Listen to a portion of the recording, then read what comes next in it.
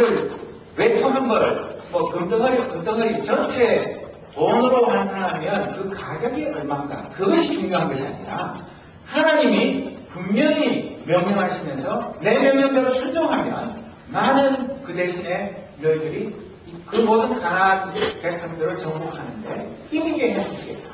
그렇게 사랑의 약속, 은혜의 약속을 하셨는데 그 약속을 눈에 보이는 그 몇 가지 때문에 헌신짝처럼 저버린 것, 그것이 큰 죄인 것입니다. 아간의 범죄 진행 단계는 첫째로는 그 물건들을 보았습니다. 두 번째는 탐내었습니다. 세 번째는 그것을 몰래 가지고 갔습니다. 네 번째는 감추었습니다. 다섯 번째는 지침을 냈습니다. 그렇게 해서 그가 어떻게 보면 큰 죄가 아닌 것이 점점 그 죄가 커져서 이스라엘 백성들 전체가 해전에 멍에를 쓰는 그런 일까지 벌어진 것입니다. 우리가 잘 아는 말씀대로 야고보 1장 15절에 뭐라고 그랬죠? 욕심이 잉태한 즉 죄를 낳고 죄가 장성한 즉 무엇을 낳는다고요? 사망을 낳습니다. 그 죄 지은 사람만 죽는 것이 아니라 그 주위에 있는 사람들까지 아무 죄도 없이 덩달아 죽는 그런 비극을 낳게 되는 것입니다. 그런 엄청난 죄를 짓고도 회개할 수 있는 기회가 몇 번이나 있었는데도 그 회개를 끝까지 거부했기 때문에 그는 미련 곰탱이가 되어서 그 모든 기회를 스스로 바로 차버리고 결국 자기와 자기의 아들, 딸들과 자기의 전 재산이 돌에 맞아서 죽고 불에 태워져서 그 무덤을 돌무더기로 만들어서 아골골짝이라는 불명예스러운 그런 무덤을 남기게 된 것입니다. 우리도 이 세상을 살다 보면 왜 유혹에 넘어가지 않을 수가 있습니까? 우리 흔히 하는 말로 지름신이 강림하는 때가 덜어 있습니다. 안 사도 될 일인데 괜히 경물생심으로 보고 저지러 놓고 나중에 후회하고 도로 파국을 하고 물리고 이런 일들 때문에 부부싸움하고 이런 일들이 종종 있지 않습니까? 그러나 그 자체가 나쁜 것은 아닙니다. 그러나 회개하지 않고 하나님께 돌이키지 않기 때문에 영광을 받지 못하는 것입니다. 다윗이 지은 죄는 아간이 지은 죄하고 비교할 수 없이 무시무시한 죄를 지었습니다. 그렇죠? 유부녀와 간음을 했습니다. 그 내연녀의 남편을 죽이도록 살인 교사죄를 지었습니다. 그런데도 다윗은 용서받고 아간은 용서받지 못하는 그 이유가 무엇입니까? 다윗은 깨닫지 못했지만 나단 선지자를 통해서 회개를 촉구할 때 눈물로 침상을 띄울 정도로 진심으로 회개했을 때 하나님이 큰 휴를 베푸신 것입니다. 잠언 28장 13절에 보면 자기 죄를 숨기는 자는 형통하지 못할 것이다. 죄를 자백하고 버리는 자는 긍휼을 얻을 것이다. 이것이 하나님의 말씀입니다. 우리가 죄 하나도 안 짓고 사는 사람이 어디에 있습니까? 탐욕 때문에 후회하는 그런 일들이 우리 삶 속에 털어는 있습니다. 그러나 그때마다 늦지 않게 후회하지 않도록 빨리 회개하고 하나님 앞에 돌아와야 하는 것입니다. 1절에 나오는 범죄하다는 동사는 몰래 행동하다는 뜻입니다. 이 단어는 70인역 그 구약 성경 히브리어로 된 것을 헬라어로 번역한 그 헬라어가 아나니아와 삽비라가 성령과 베드로 사도를 속이고 땅을 판 돈의 얼마를 몰래 숨겨놓고 감추네, 그게 쓴 단어와 똑같은 단어입니다. 하나님이 보고 계시는데도 안 보는 줄 알고 몰래 행동을 하는데 그것을 숨겨놓는 것, 그런 것을 말하는데 사실은 이것은 이 세상의 실정법을 어기는 것이 아니라 하나님이 하지 말라고 한 금지 명령을 어기는 것입니다. 이것은 단순 절도가 아니라 하나님에 대한 반항입니다. 하나님의 명령을 오히려 어기는 무서운 죄를 짓는 것입니다. 그렇기 때문에 하나님은 어떻게 보면 작다면 작은 죄인데도 진노하신다고 표현합니다. 이 진노한다는 말은 하나님의 그 신령이 불타오르는 것, 불이 붙는 것, 그것을 말합니다. 왜? 하나님은 죄를 미워하시기 때문에. 어떤 죄라도 그 죄와는 맞서서 싸우시는 분이기 때문에 용서하지 못하시는 것입니다. 그리고 15절에 보면 아간이 지은 이 죄를 무엇이라고 표현하고 있습니까? 망령된 일이라고 표현하고 있습니다. 우리 번역에는 부끄러운 일이라고 번역했는데 이 단어는 망령된다는 말이 요즘 잘 안 쓰는 말이죠. 근데 영어 번역에 보면 faithful and wicked라고 말하고 있습니다. 부끄럽고 사악한 일. 그것이 바로 망령되다는 말의 그 참 뜻입니다. 그러니까 아간이 그냥 어둑치게 해가지고 자기네 집에 몰래 감춰놓은 그런 정도가 아니라 하나님 앞에 부끄럽고 이스라엘 백성 전체 앞에서 부끄러운 일, 또 하나님께 사악한 일이고 이스라엘 공동체 전체에 사악한 일이라는 것을 말하고 있는 것입니다. 이런 문제를 어떤 사람들은 르네치다르의 그 희생양 이론을 동원해가지고 아간은 죄 안 졌는데 대신해서 이스라엘 백성들의 죄를 지고 자기가 순교자다, 희생양이다 그런 식으로 미화하는 사람도 있지만 이 성경 본문을 아무리 읽어보아도 그런 이야기는 전혀 없고 아간이 지은 거 두세 사람의 증인이 있어야 사형을 시킬 수 있는데 요수아가 사람을 보내서 그 증거물을 가져와서 하나님의 언약궤 앞에 그 증거물과 많은 사람들 앞에서 자백한 그 자백과 그것을 가지고 하나님의 명령을 집행한 것을 우리가 알 수 있습니다. 그렇기 때문에 우리가 잘 아는 간단한 도표를 한번 볼까요? 아간의 범죄와 범죄의 결과를 한번 보십시오.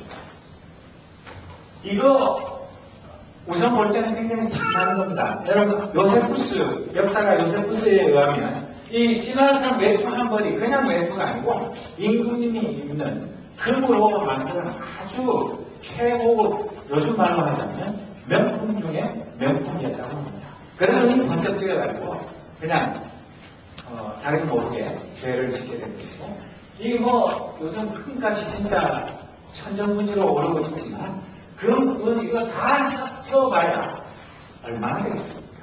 이거 훔쳤다가 어떤 결과를 낳았습니까? 보니까 이스라엘 백성 전체가 아이성 전투에서 패배했습니다. 그래가지고 결국은 하나님의 명예가 실추되었습니다. 그뿐만 아니라 36명이나 죄 없는 부인들이 죽었습니다. 그래서 온 이스라엘 백성들의 사기가 떨어져서 이스라엘 백성들의 마음이 물과 같이 녹았다. 전의를 상실하고 우리가 이제 앞으로 어떻게 할고 그런 낙심을 하게 되고 이스라엘 백성들이 이제 다른 이웃의 가나안 족속들이 연합해가지고 저거 보니까 별거 아니네. 그래서 연합해서 덤비면 이스라엘 백성들이 가나안 땅 정복하게 하면 전멸당한 그런 민족적인 위기를 추구해 하는 것입니다. 이 아간이 지은 어떻게 보면 사소한 죄가 이 결과는 엄청난 것을 우리가 잘 알 수 있는 것입니다. 여러분, 우리가 짓는 죄도 마찬가지입니다. 내가 생각할 때 내가 그 정도 남들이 다 하는 건데 나는 오히려 따지고 보면 훨씬 더 양심적인 사람인데 나를 향해서 누가 돌을 던질 수 있겠는가. 그렇게 생각하면서 자기 합리화하고 정당화할지 모르지만 하나님의 관점에서 볼 때는 그 작은 죄가 결코 작지 않은 그런 것이기 때문에 나뿐만 아니라 우리의 가족과 온 민족 공동체에 큰 위기를 불러올 수도 있다는 것. 그것을 우리가 항상 잊지 말아야 하는 것입니다. 그뿐만 아니라 우리는 이 요수아 7장에 있는 말씀을 읽을 때 첫 번째 우리가 말씀 생각했던 것처럼 아간이 죄를 지었지만 그 이스라엘 백성들이 전쟁에서 참패한 그 이유 중에 하나는 아간만의 문제가 아닌 것을 우리가 생각해 보아야 합니다. 이 아간이 직접적으로 범죄해서 이스라엘 백성들이 패배했지만 그러나 만약에 여러분 생각해 보십시오. 역사에 가정법이라는 것은 없습니다. 언제나 지나놓고 나서 그럴 걸 저럴 걸 아무리 껄껄껄 해도 지나간 역사는 돌이킬 수가 없는 것 사실입니다. 그러나 아간이 범죄한 것은 어쩔 수 없다 치더라도 여호수아와 이스라엘 백성들의 그 군부의 지도자들이 아이성과 전투하기 전에 무엇을 했습니까? 스파이를 보내가지고 그 아이성을 정탐을 했습니다. 그리고 어떻게 할 것인가?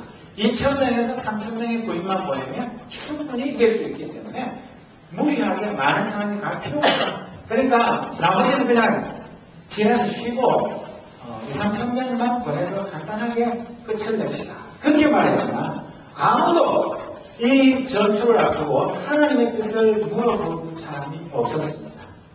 만약에 여호수아나 그 누군가가 우리가 이 전투를 앞두고 하나님의 뜻이 어디 있는지를 한번 여쭤봅시다. 그렇게 제안을 해서 하나님의 뜻을 물어보았다면 아간의 범죄를 알게 되었을 것이고 아간과 그 가족은 심판을 받았을지 모르지만 이스라엘 백성 전체가 아이성 전투에서 패배한 그런 일은 없었을 것입니다. 그것을 생각한다면 이 여호수아를 비롯한 이스라엘 백성들이 여리고성 전투에서 너무나 쉽게 승리했기 때문에 그 승리에 도취되어서 너무나 자만하는 마음, 교만하는 마음을 가져서 그 아이성을 우습게 보고 하나님의 뜻을 여쭤보지도 않고 쉽게 이길 수 있을 것이라고 착각합니다. 그것이 이스라엘 백성들이 전쟁에 패배한 중요한 원인 중에 하나입니다. 만약에 아이성이 작은 성이 아니라 여리고성보다 더 큰 성이었다면 이렇게 쉽게 덤비지를 않았을 것입니다. 그러나 여러분, 사자가 토끼를 한 마리 잡아도 여러분 동물에 와서 그런 비교 한번 보십시오. 사자가 토끼 잡는데 슬슬 돌아가면서 토끼야 이리 오너라 나하고 놀자 그렇게 잡지는 않습니다. 토끼 한 마리 잡는데도 전력을 다해서 뛰어가서 목숨을 걸고 사냥합니다. 하물며 하나님의 백성들이 중요한 전투를 앞두고 큰 전투든 적은 전투든 하나님의 뜻을 묻지 않고 자기들 마음대로 그렇게 한다는 것은 영적인 교만이고 방심이고 하나님을 무시하는 행위인 것입니다. 그래서 이스라엘 백성들이 아간의 범죄 때문인 것은 맞지만 이스라엘 백성 전체의 영적인 방심과 교만 때문에 실패를 하게 된 것입니다. 그래서 잠언 16장 18절에 보면 우리가 잘 아는 말씀대로 교만은 파멸의 선봉장이고 거만한 마음은 넘어짐의 앞잡이입니다. 그뿐만 아니라 잠언 3장 5절부터 7절 말씀을 보면 내 마음을 다하여 여호와를 신뢰하고 절대로 내 슬기를 의지하지 마. 너는 내 모든 길에서 그분을 인정하여라. 그러면 그분이 너의 길을 형통하게 만들어 주실 것이다. 스스로 지혜로운 체 하지 말고 여호와를 경외하고 악한 일을 피하여라. 그렇게 말했습니다. 큰 전투만 하나님께 기도하고 작은 전투는 너희들 마음대로 너희들 손에서 알아서 해라. 그런 말씀 성경에 어디에도 없는데 우리가 살아가면서도 무슨 입시라든지 중요한 시험 이런 걸 앞두고 하나님 도와주세요. 이번에 꼭 합격하게 해주세요. 그렇게 기도하면서 그냥 퀴즈를 치거나 아주 별거 아닌 거 하는데 뭐 이것쯤이야 내가 알아서 하신 거예요. 그것까지 하나님께 비슷한 것이네. 그렇게 생각하고 싶지만 그렇지 않습니다. 큰 일이든 작은 일이든 우리 모두의 삶의 일은 하나님의 일입니다. 하나님의 일을 내가 함부로 경중을 따져서 가볍게 여기는 것, 그것은 하나님을 기쁘시게 하는 일이 아닌 것입니다. 또 이 여호수아는 이런 참패를 하고 난 다음에 왜 이 전투에서 졌는지 처음에는 이유를 몰랐습니다. 그래서 이 여호수아가 어떻게 했습니까? 자기 옷을 찢고 머리에 죄를 뒤집어 쓰고 땅바닥에 엎드려서 하나님의 언약궤 앞에 종이를 저녁 때까지 넋을 놓고 가만히 있었습니다. 아무리 생각해도 자기 머리로는 왜 이 전투에서 졌는지 이해가 안 가는 겁니다. 그래서 나중에 하나님께 하소연을 하는 기도를 드렸습니다. 하나님, 이게 도대체 어떻게 된 일입니까? 아니, 그 여리고성은 이겼는데 저 조그만 성을 우리가 점령하지 못하고 다 도망치고 죽고 이렇게 됐는데 이게 어떻게 된 일입니까?